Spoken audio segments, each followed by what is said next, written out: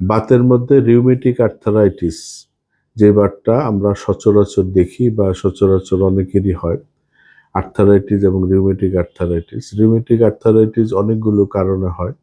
যদি দেখা যায় যে কারো কারো রিউমেটিক আর্থারাইটিসটা কি সেটা আগে আমরা একটু আলোচনা করি।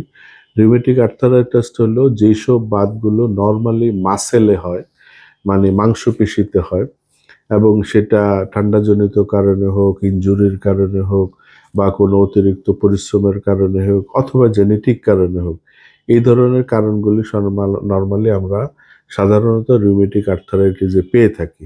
এবং এটার জন্য আমরা কি কি ইনভেস্টিগেশন করতে পারি? এটার জন্য আমরা যেমন আরএ, ইউরিক অ্যাসিড, তারপরে এছাড়া আমরা যেমন এএসও, এই টেস্টগুলি আমরা করলে আমরা বুঝবো এটা কোন ধরনের বাত।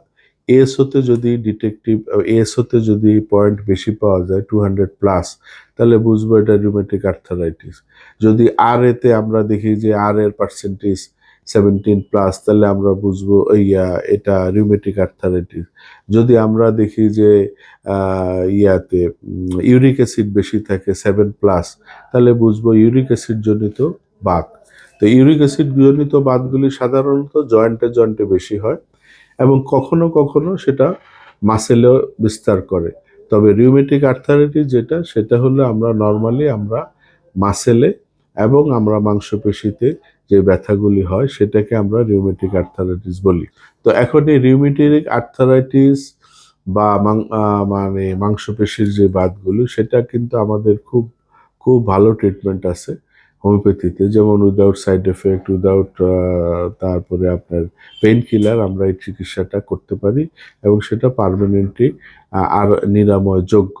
যেমন যদি মাসেলে ব্যথা হয় এবং সেই ব্যথাগুলি যদি টিপলে আরাম পাওয়া যায়, সেই ক্ষেত্রে আমরা রাস্টসকে চিন্তা করতে পারি। This is the best medicine. তবে এটা হায়ার পটেন্সি, এবং যদি আমরা জেনেটিক অন্য কোনো তাকে সিমটোমেটিক অন্য কোনো ওষুধ আসে, সেটা ব্রায়ানি আসতে পারে, ডালকামার আসতে পারে, বা বিভিন্ন সিজনাল এফেক্টের কারণে যদি হয় সেটা বিভিন্ন রকম ওষুধ আসতে পারে।